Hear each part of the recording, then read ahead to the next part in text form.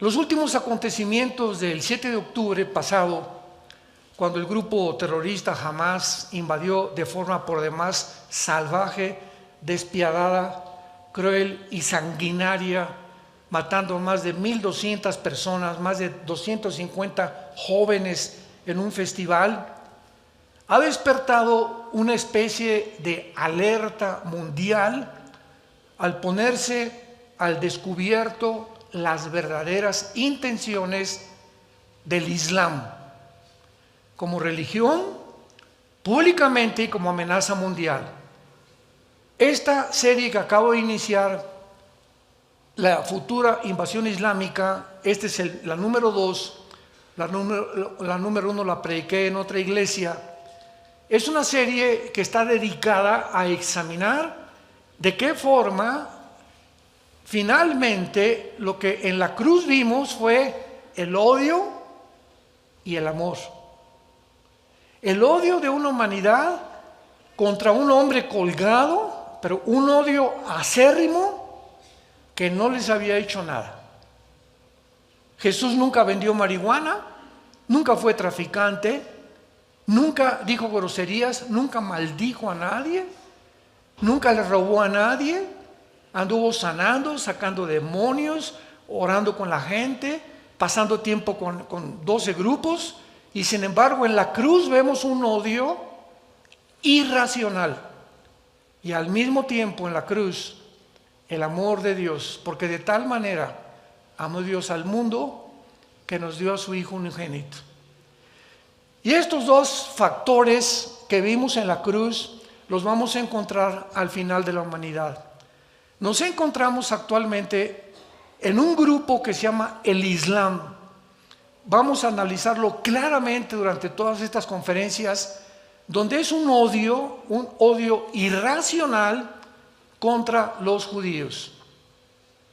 Desde 1948 que Israel regresó a su tierra, David Ben-Gurión, el primer ministro nombrado de Israel, mandó este recado a las naciones árabes: queremos vivir en paz, queremos estar con ustedes, no hay ningún problema. Y desde el 48 dijo el Islam: no queremos paz. Vino inmediatamente una guerra, el 15 de mayo, 24 horas llegando los judíos, les lanzaron la guerra.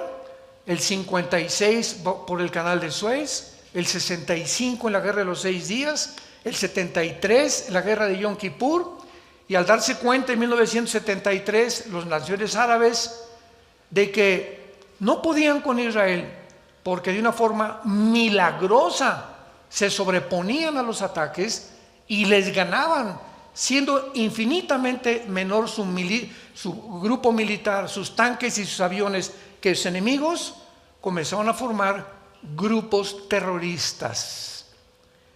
Y desde hace más de 75 años, todos los ataques terroristas, sin ninguna excepción en el mundo, han sido por el Islam, por musulmanes radicales que odian a la sociedad occidental, odian al cristianismo, odian los preceptos contenidos en este libro, en las Sagradas Escrituras, de ética, de moral, que a través del judaísmo Dios le entregó al mundo.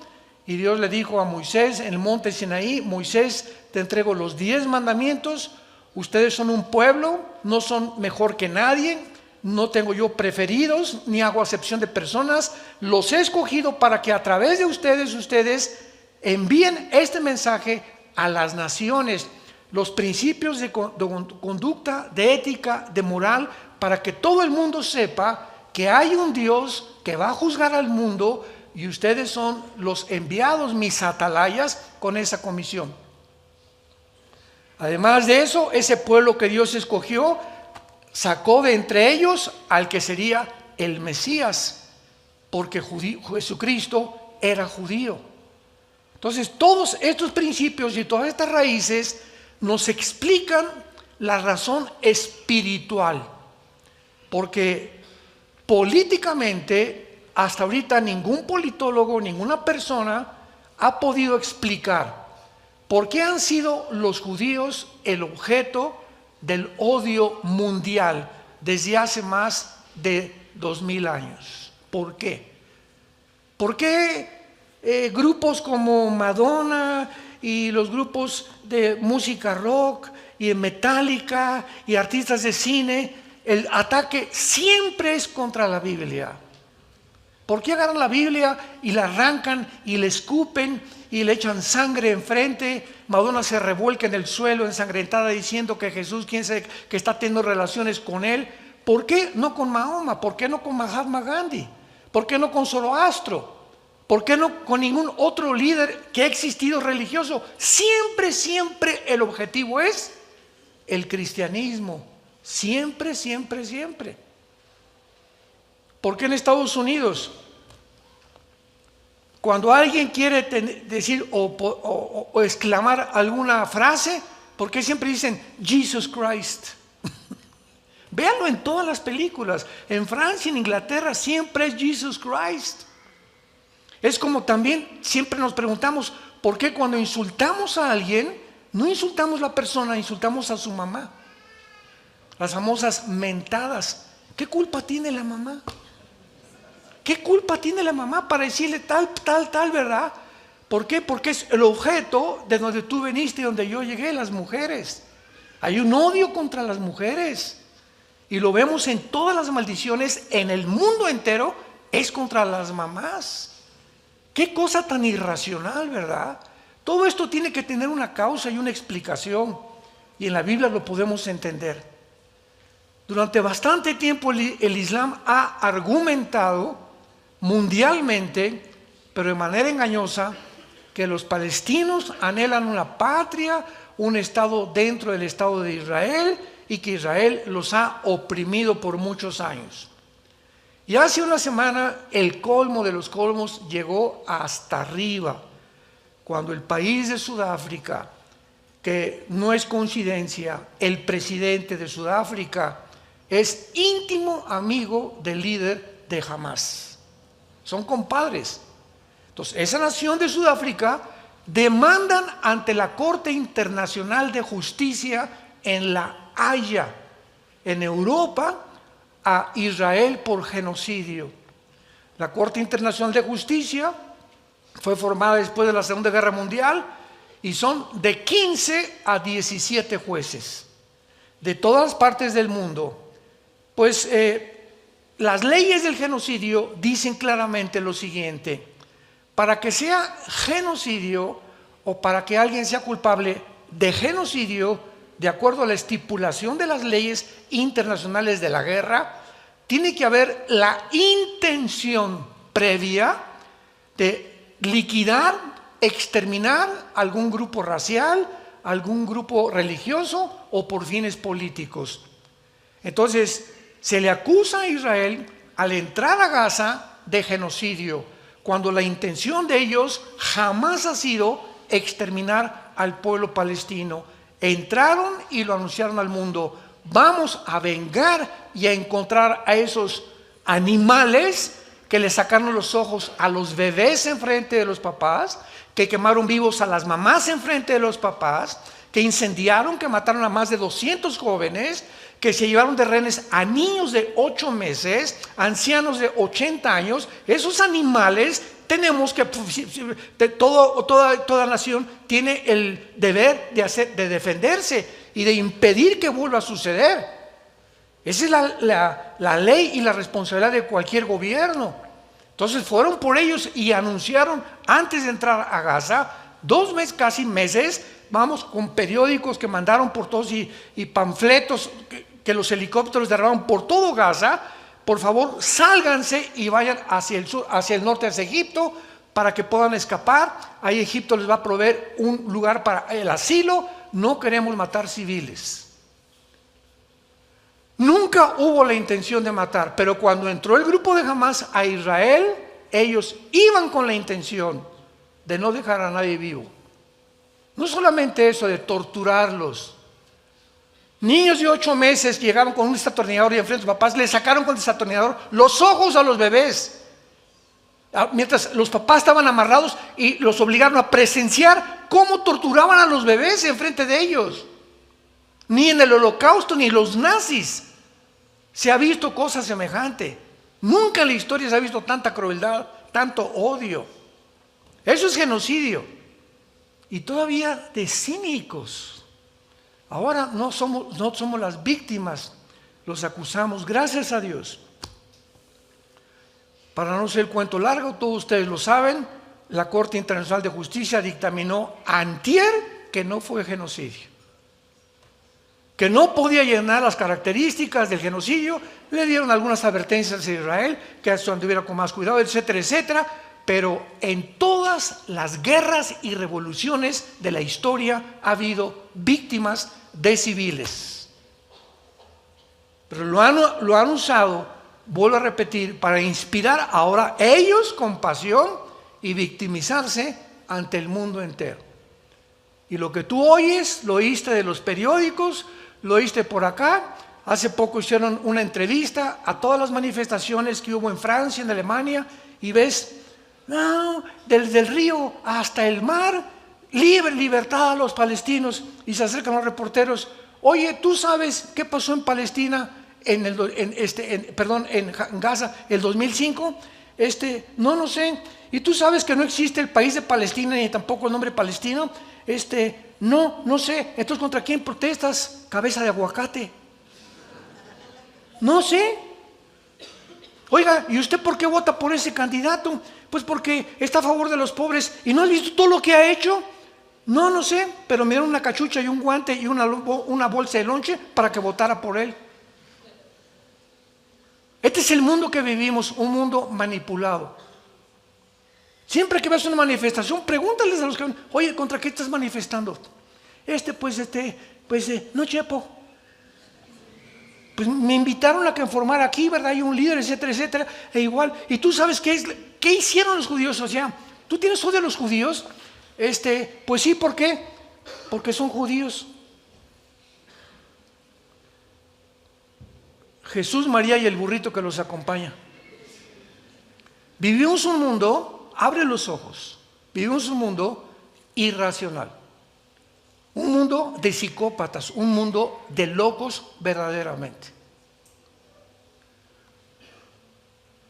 Sin embargo, todas estas mentiras, ¿verdad?, han sido aceptadas como verdaderas por millones de personas desinformadas de la verdadera realidad.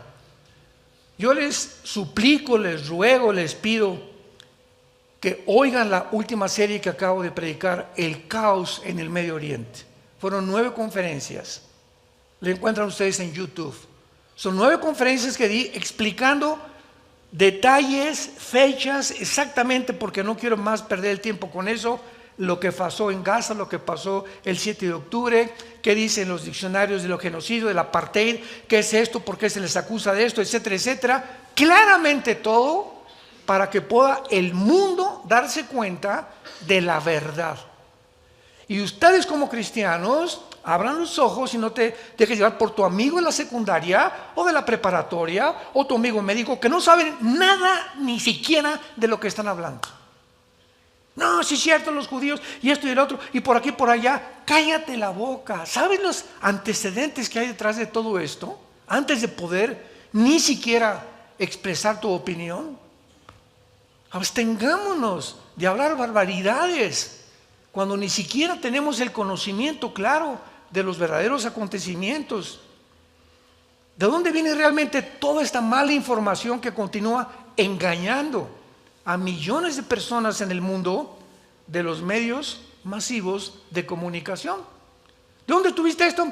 Lo que dijo CNN, lo que dijo la charrita del cuadrante, lo que dice esta estación, lo que me dijo mi maestro, lo que me dijo mi amigo de la secundaria y mi preparatoria. Y esto es a lo que yo me enfrenté hace 48 años. Tengo 48 años de predicar el Evangelio. Yo antes de predicar el Evangelio era ateo en mi juventud, pertenecía al Partido Comunista Mexicano, convencido totalmente de la dialéctica materialista hegeliana, de la dialéctica de Marx, etcétera, etcétera. Cuando por primera vez me confrontó un cristiano y me dice, ¿tú sabes realmente quién era el Che Guevara que tienes arriba de tu cuarto? ¿Tú sabes realmente que ninguna revolución armada mediante el comunismo puede funcionar? Porque Lenin dijo que la única forma en que el comunismo avanzara es a través de la eliminación de más de la tercera parte de cualquier población y de matarlos de hambre e impedir que estudiaran. ¿Tú sabes todo eso? No, le dije, pues no. Le dije, entonces, ¿por qué estás aquí? ¿Por qué te proclamas comunista? ¿Que no sabes que las bases del comunismo es número uno, el ateísmo, el humanismo y el darwinianismo? Así que tú tienes que, para ser comunista, tú tienes en primer lugar negar que existe Dios. Número dos, tienes que creer que el hombre es el único capaz de solucionar los problemas que existen actualmente. Y número tres, no puedes creer en la resurrección, ni en la Biblia, ni en Jesucristo, ni que hay vida después de la vida. Que al morir te vas al polvo y como un animal, como un insecto, ahí quedas y no se acabó, y se acabó todo. Yo te pregunto, me dijo una vez un maestro que me confrontó y me comenzó a cuestionar, y comencé yo a cuestionarme también. ¿Tú crees que vas a acabar y no hay ningún infierno ni nada? Pues vamos a portarnos mal, dijo. ¿Para qué le soy fiel a mi esposa? ¿Para qué soy decente? ¿Para qué soy honesto? Si el que no tranza no avanza, el que no se vende no puede progresar en esta vida. Pues entonces vamos, ¿para qué nos cuidamos y para qué vamos a portarnos como los animales? Y todo eso me hizo reflexionar. Hasta que mi hermano Alejandro llegó y me presentó el Evangelio. Comencé a leer el Evangelio de Juan. Caí de rodillas llorando y le pedí perdón a Dios de las estupideces que me habían enseñado y que nunca me había yo detenido, honesta y sinceramente, a poder cuestionarlas ni a preguntarme por mi orgullo intelectual, porque me creía muy orgulloso, muy intelectual. En esa época, si eras comunista, eras intelectual, eras cristiano, eras un tonto, porque así nos tachaban: los cristianos son unos tontos. Veamos nosotros que podemos argumentar y concluir que así como en las generaciones anteriores fueron engañadas, todas las generaciones han sido engañadas con diferentes ideologías. Por ejemplo, el siglo XX pasado fue engañado principalmente con el ateísmo y con el comunismo. Nunca en la historia, señores maestros que nos acompañan y que nos escuchan, historiadores, paleontólogos y antropólogos que nos escuchan, nunca en la historia ha habido un siglo con tantos ateos como el siglo pasado. Jean-Paul Sartre, Bertrand Russell, Sam Harris, Richard Hawkins, todos invadieron las universidades de Harvard, de Yale, de Oxford, aquí en México, la UNAM, el Politécnico. Todo el siglo pasado era un ateísmo impresionante que entró como un veneno a la sociedad. Y fue precisamente en los 70s del año pasado cuando nosotros nos convertimos y comenzamos yo comencé a investigar, ¿verdad?, realmente las filosofías, y comenzamos a hacer desayunos desafiando la intelectualidad del comunismo, del humanismo, del darwinianismo, en desayunos en el Hotel María Isabel Sheraton. Y de repente los desayunos eran la filosofía del comunismo, se llenaba el desayuno. La verdad de la psicología y el darwinianismo en comparación con la Biblia, se nos llenaban los desayunos. Y comenzamos a retar a los maestros, a los historiadores, a los físicos, matemáticos, a científicos en la Biblia, que estaban absortos. Oye, es que yo nunca supe que esto estaba en la Biblia. ¡Qué barbaridad! Aquí está de veras. Oye, increíble. Comenzamos a propagar una información de la que no estaba el mundo, hablo de México, consciente. ¿Cómo es posible que la Biblia tenga más evidencias científicas, genéticas, biológicas, antropológicas, paleontológicas, de que venimos de una pareja a de que venimos de una amiba? ¿Cómo es posible que haya más evidencias de la existencia de Dios que negar la existencia de Dios? Y causamos, ¿verdad?, en los 70s, 80s una revolución en México. Y seguimos estudiando y seguimos demostrando claramente, porque la ignorancia de las Sagradas Escrituras viene de dónde. Es un libro, tiene muchos errores. Ven para aquí, para acá, cabeza de cacahuate. A ver, ¿Ya la leíste? Sí. A ver, ¿qué dice Eclesiastés? ¿Qué dice? ¿Ya leíste los Salmos? Ya leí toda la Biblia. ¿De veras? ¿Qué dice el Apocalipsis? ¿Qué sabes de profecías? ¿De dónde sacas que tiene muchos errores? Me lo dijo mi maestro. Me lo dijo mi papá. Y tú no has podido responsablemente investigar lo que tú escuchas. ¿Has podido corroborar? ¿Te has enfrentado a decir, ¿será cierto lo que me está llegando a mis oídos? Ven a la palabra, dice el Señor, acércate a mí y me buscarás con todo tu corazón y me vas a encontrar. Pero así está el mundo, repito, tus amigos, tus familiares. Es una desinformación impresionante. Y finalmente llegamos al siglo XXI y podemos claramente darnos cuenta que así como las generaciones anteriores fueron engañadas por el nazismo, 1931 comenzó a propagarse dentro de Alemania, en las universidades, en los intelectuales, en el ejército, en la política, una ideología que comenzó a convencer a los alemanes, habiendo perdido la Primera Guerra Mundial, que ellos podían realmente levantarse y a través de la política y de un sistema nuevo, la política del nacionalismo alemán, podían emprender el resurgimiento del Tercer Reich. E inundó todas las universidades, los centros, los hospitales, etcétera, etcétera. Y cuando acabó la guerra, 1945, descubrieron que ese veneno que entró y esa ideología que entró se llamaba el nazismo, que se propagó popularmente y Hitler salía y gritaba y no se daban cuenta detrás de lo que se encontraba el nazismo, un odio no solamente a los judíos, sino también la ambición de conquistar el mundo e envenenar el mundo con el nazismo. Y así como los nazis y los comunistas en el siglo XX, nuestra generación va a enfrentarse al Islam. ¿Qué estoy diciendo? En la Biblia, cuando Jesucristo regrese en la segunda venida, las naciones, la Biblia lo dice, las naciones a quienes Jesucristo va a juzgar van a ser el 90% naciones islámicas, de descendencia y ascendencia islámica principalmente. En otras palabras, lo estamos ya comenzando a ver, lo acabamos de mencionar hace algunos minutos, la mayor parte de los ataques terroristas desde hace 50 años han tenido su origen en el Islam radical. Es un choque actualmente de civilizaciones entre el odio y entre el amor.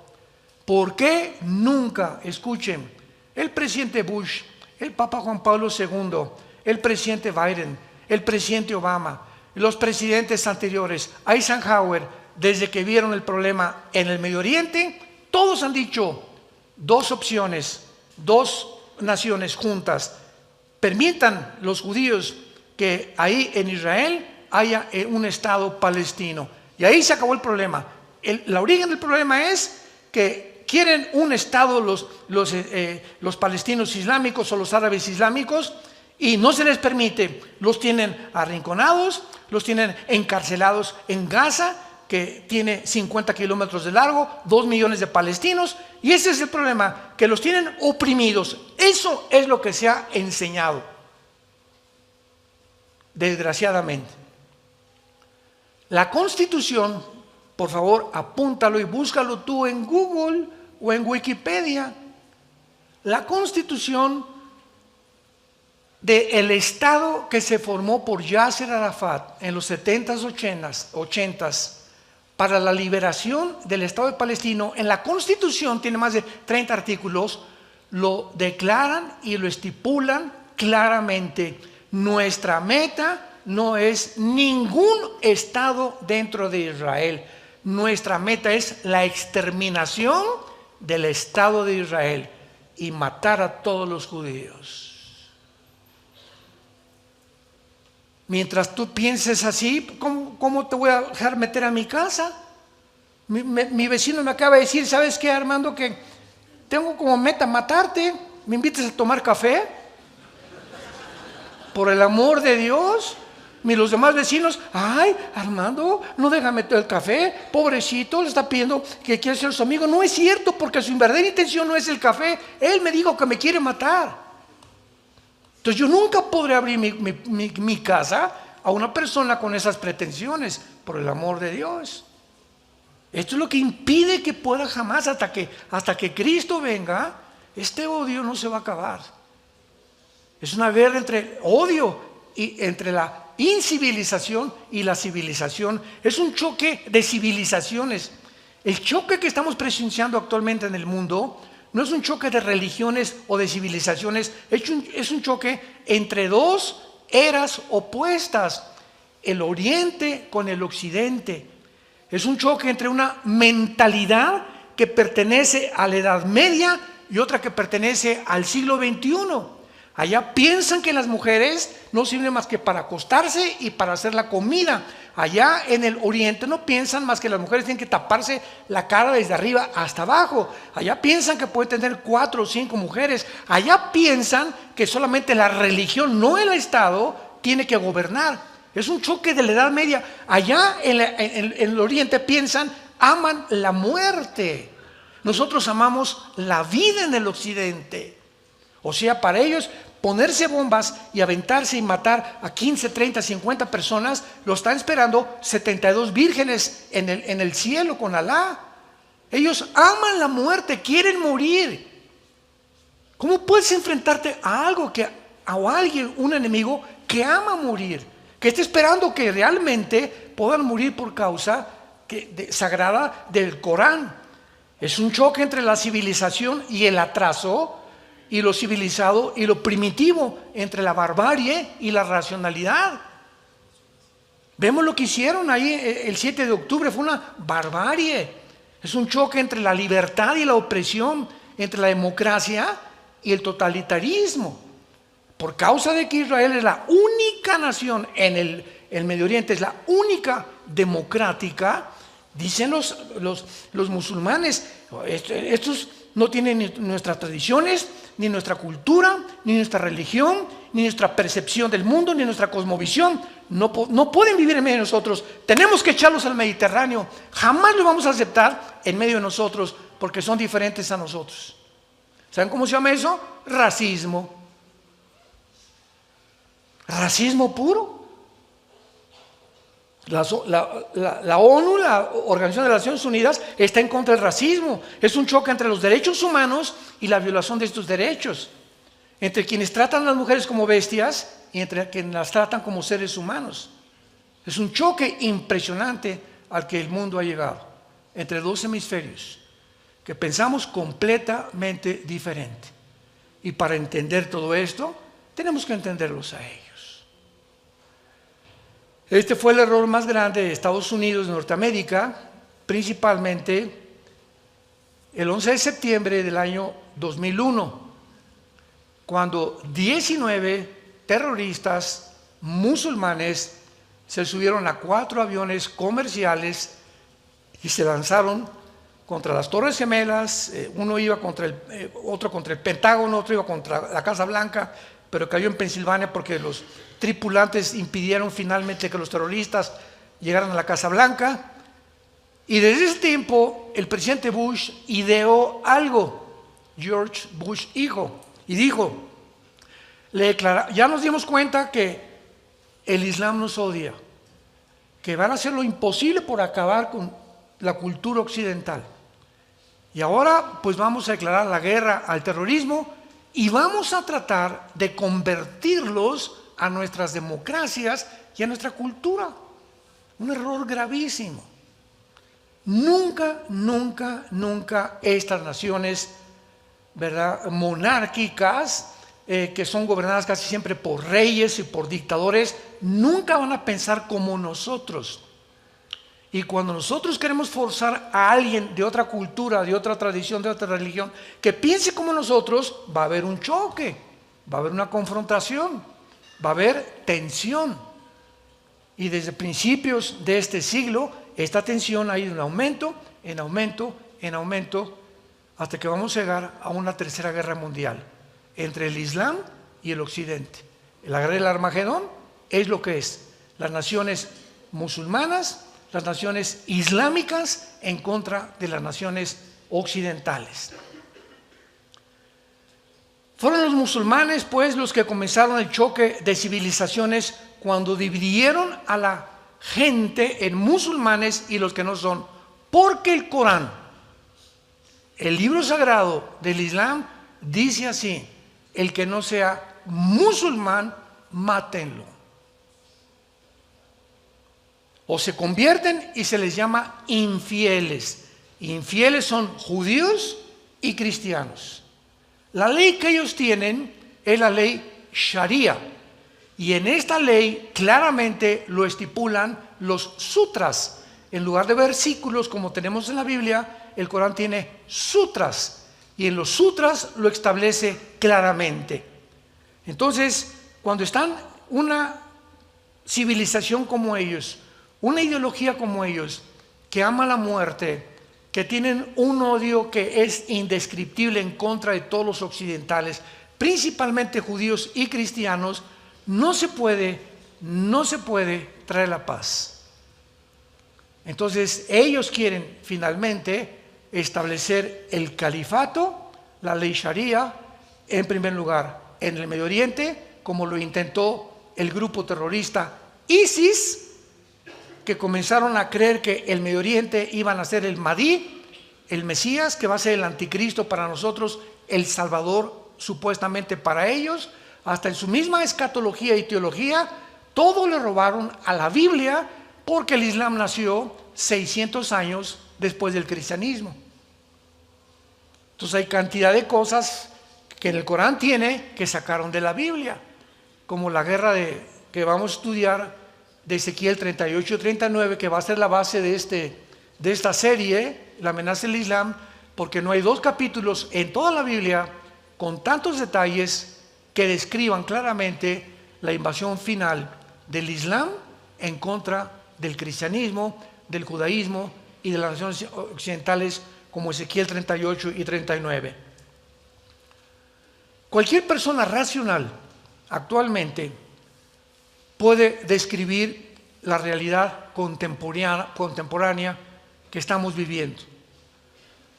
O sea, el régimen genocida islámico en Sudán, por ejemplo, el amplio apoyo teológico y emocional musulmán para el asesinato de un musulmán que se convierte. Si un musulmán se convierte, lo matan, o ya no regresa jamás a la familia. Convertirse en un musulmán y abandonar el Islam es para ellos casi pena de muerte. El estado primitivo de los países islámicos, como mantienen a las mujeres, la celebración que hacen de la muerte, etcétera, etcétera. Ahora parece que cuando ya estamos despertando los occidentales ante todo esto que está pasando, podemos ver a una incivilización, un grupo de personas salvajes que ganaron a los nazis, a los bárbaros, a los vikingos, al ejército de Gengis Khan, de Aníbal y de cualquier otro gran líder que tú me puedas mencionar. Estas personas están completamente endemoniadas, porque sabemos que el odio, ¿de dónde viene? De Satanás. Él es el príncipe del odio y de la mentira. Ahora veamos algunas verdades, amenazas del Islam. Millones de personas fueron engañadas por el nazismo, ya lo vimos, y con el comunismo, lo mismo, que siguen ignorando la amenaza del mundo islam actualmente. Hay más de 1.000 millones de musulmanes en el mundo.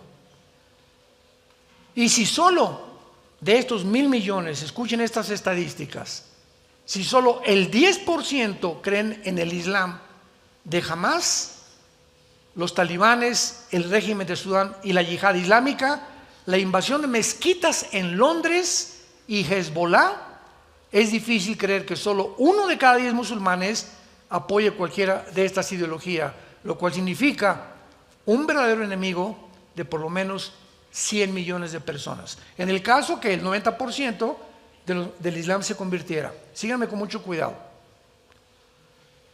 Este gran número de seres humanos que tratan de destruir la civilización moderna representan una amenaza sin precedentes. Nunca la civilización había tenido que enfrentarse a un número tan elevado, ni los nazis que pudieran destruirla. Los nazis nunca dijeron, eres nazi o te mato. Simplemente, eres judío y te mato. Pero ellos querían conquistar Polonia, Francia, Inglaterra, etcétera, etcétera, pero no imponer la religión, sino el nazismo como una ideología. Por ejemplo, ¿cuál sería entonces la amenaza para los Estados Unidos como nación? Porque ellos tienen 2 objetivos aquí en Occidente que destruir. Ellos tienen en su mente, si no destruimos Estados Unidos, no podemos acabar con Israel. Porque hasta este momento Estados Unidos ha ayudado a Israel. Aunque sea hipócritamente, como lo hace Joe Biden actualmente, porque es un hipócrita este presidente, ayuda a Hamas y también ayuda a Israel, y así está entre dos. O sea, es una persona sin convicciones, aún como tú lo quieras describir, está ayudando a Israel todavía. Entonces, para ellos, el Medio Oriente no puede existir hasta que Israel desaparezca.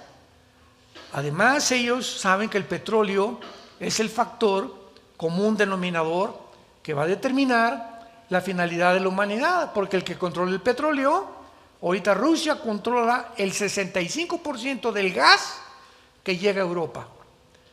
Por eso Putin amenazó, ¿verdad? Le cierro la llave a Europa y no me la hagan de tos. Me pueden cancelar mis cuentas de SWIFT y mis transferencias internacionales de dinero, y me pueden quitar los bancos, pero yo tengo el gas. Y eso fue el error más grande que cometió el presidente de Estados Unidos al sugerirle a la Unión Europea que los castigara económicamente como sanciones por haber invadido Ucrania, que nunca funcionó ese problema, ese plan. Tomemos un número y un porcentaje para estimación. Por ejemplo, en Estados Unidos hay 4 millones de musulmanes. 4 millones de musulmanes. No veo que nadie tome nota, pero pues es que eres muy inteligente. Y a menudo se nos dice, ¿verdad?, que casi todos los ciudadanos respetan la ley en Estados Unidos. Asumamos que este porcentaje es incluso tan alto como un 99%, lo cual dejaría el 1% que se dedicaran a la yihad. Cuando hablamos de yihad, Y-I-H-A-D, significa guerra santa, que es el término que usa el Islam para poder avanzar. Si no hay yihad, si no hay muerte, si no hay guerra, si no hay revoluciones, golpes terroristas, no podemos avanzar el Islam. Esto podría representar una verdadera amenaza para Estados Unidos. Vamos a multiplicar el 1% por 4 millones y vamos a obtener 40,000 musulmanes que el FBI tendría que monitorear. Fíjense nada más la cantidad. Incluso si usamos un porcentaje de una décima parte del 1%, tendremos más de 4,000 terroristas potenciales ahorita en enero del año 2023 en Estados Unidos. Así, bajita la mano ahorita hay 4,000 personas en Estados Unidos, 4,000 terroristas que están buscando la manera en cualquier parte y en cualquier oportunidad que se les presente de poder desbancar, atacar edificios de gobiernos o escuelas, pero de alguna manera debilitar política y económicamente a Estados Unidos. Ahora veamos cómo crece tan importante y tan interesante el Islam en Europa. ¿Se acuerdan ustedes la guerra civil en Siria? Bueno, pues huyeron millares de iraquíes y de sirios que entraron por Grecia e Italia a Europa. Esto fue hace como 10, 15 años más o menos. Millones de migrantes, que es lo que está pasando ahorita en la frontera con México, Estados Unidos. Más adelante a ver si podemos mencionar el problema gravísimo que está ahorita México con Estados Unidos y el potencial que hay ahorita en Estados Unidos de una guerra civil interna. Porque 25 estados están apoyando a Texas en contra de las leyes de migración del presidente Biden, ahorita, el día de hoy. Entonces, supongamos esto, ¿verdad? Que crece la población islámica. Entonces entraron los musulmanes a España, entraron a Francia, Alemania. Ahorita Londres es una ciudad musulmana. Londres. El presidente municipal de Londres es musulmán. Y hay más mezquitas en Inglaterra que entre los británicos que iglesias católicas y cristianas. Para que vean de qué forma está avanzando. Hace 3 o 4 años yo mencioné en una conferencia, Europa en menos de 5 años es un continente musulmán. ¿Por qué? Porque los europeos ya no se multiplican, ya no quieren tener hijos. Los europeos es una población de personas de la tercera y de la cuarta edad. Y ya no quieren tener hijos. Y por cada europeo que nace, nacen 7 musulmanes. Las musulmanas se multiplican como conejas. Ante esta ¿verdad? Medida demográfica que estamos viendo en nuestros ojos, pues cada europeo que nace, 7 musulmanes, cada europeo, 7 musulmanes están poblando completamente el continente europeo. Por ejemplo, vean estas estadísticas tan importantes. Cuando veamos el porcentaje, cuando en un país la población musulmana es del 5% nada más, comienza a ejercer su influencia a presionar con la ley Sharia. Así es como comienzan. Cuando solamente en México hay, vamos a poner en México, 5% de musulmanes. Cuando alcanzan el 10% en un país, que en muchos países europeos, comienzan a ejercer influencia y a percibir mayores niveles de violencia y de desorden. Vean cómo operan el Islam. Cuando alcanzan el 20 o el 30% de influencia en un país, comienzan a provocar disturbios callejeros, asaltos a comercios, incendios producidos por la yihad e inclusive bombardeando iglesias. Cuando alcanzan el 40 o el 50% como es Bosnia y en el Líbano, experimentan masacres y ya entran a guerras con milicias. Y cuando al menos la mitad de la población es musulmana en un país, comienzan a perseguir a los infieles, a los que no son musulmanes, y la ley Sharia se comienza a aplicar a todos los ciudadanos. Y finalmente, cuando después en un país llegan al 80% como Irán, son casi el 80% de musulmanes, Siria, Nigeria, Sudán o Etiopía están comprometidos a la persecución y a la intimidación y a la declaración de la guerra contra los cristianos. A veces el genocidio estatal se desarrolla intentando purgar al país de todos los infieles. Esta segunda parte de esta serie he tenido la intención simplemente de describirles a ustedes el panorama que está el mundo enfrentando. Un panorama, repito, que muy poca gente está informado. Tú todavía sigues con el Calimán, con tus telenovelas, por aquí, jajaja, jijijo, con las drogas, quiero hacer dinero, y esto y el otro, con adulterios, acostándote con tu novio, con tu novia, viniendo a la iglesia de una forma hipócrita, nunca leyendo la Biblia, nunca trayendo la Biblia a la iglesia, vives un cristianismo que dices que eres cristiano, desde que te convertiste a nadie le has hablado de Cristo, no has dado testimonio de Jesús, no tienes una pasión por la verdad ni por la santidad, y sabes una cosa, ya basta. Tú no puedes seguir así. Si tú no abres los ojos ante todo esto que Dios nos está mostrando en la Biblia para prepararnos y entender el mundo, sin la Biblia el mundo no se puede entender.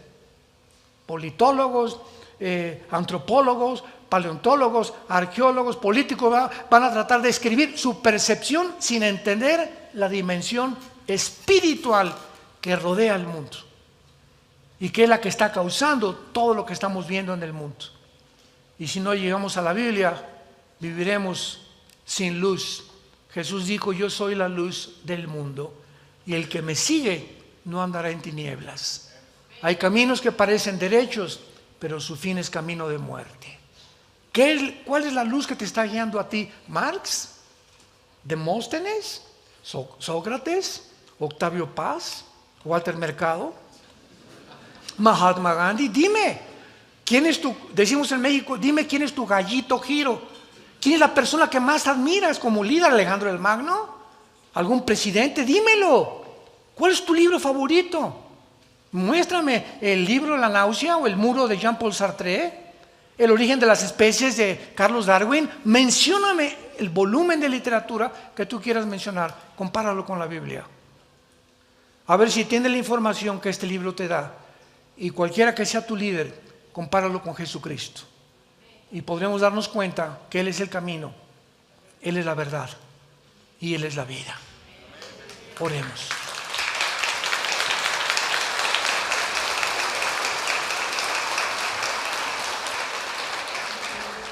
Bendito sea el Dios y Padre de Jesucristo nuestro Señor,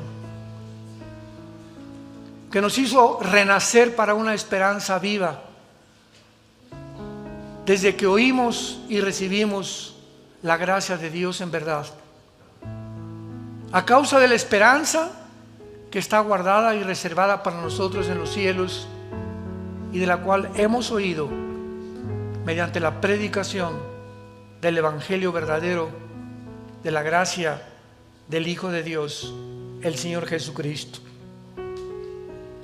que fue crucificado, enterrado y resucitado a los 3 días, y que ha bajado al mundo hace 2000 años para decirnos: y este es el testimonio, que Dios nos ha dado la vida eterna.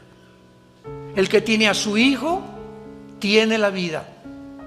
El que no tiene a su Hijo, aunque tenga una religión, no tiene la vida. Y tú en esta mañana necesitas tener la seguridad de la vida eterna. ¿Qué puedo hacer?, me preguntarás, para asegurarme esta mañana. Para hoy regresar a mi casa en este día, y el día que me sorprenda la muerte, no me importa en qué circunstancias, morir en paz, porque he hecho la paz por medio de lo que Cristo hizo en mi lugar en esa cruz. Dile a Dios con todo tu corazón: perdona mi vida, Señor. Ya estoy cansado de la vida tan vana, tan hueca, sin propósito ni sentido que he vivido. Creo que en esa cruz abriste tus manos y pagaste con tu sangre preciosa por mis pecados. En este instante te pido que entres a mi corazón. Te recibo, Señor Jesús. Entra como mi Salvador y mi Señor. Dame esa paz que necesito, ese perdón de pecados. Libérame de esta conciencia culpable que me atormenta, de mi vida pasada, con la información que me has dado, que mis pecados los has perdonado y que ahora soy una nueva criatura delante de ti. Te doy las gracias por tan grande y maravillosa salvación, en el nombre de Jesús. Amén. Gracias a Dios por esta palabra, ¿verdad? Los cielos y la tierra pasarán. Todo está derrumbándose a nuestro alrededor. Sistemas políticos, filosofías, todo. Mas haríamos bien en estar atentos a esta palabra como una antorcha que alumbra en medio de tantas tinieblas. Ninguna obra literaria, ningún líder, ningún hombre podrá alumbrar tus ojos ni mis ojos para saber la verdad y sobre todo la vida eterna.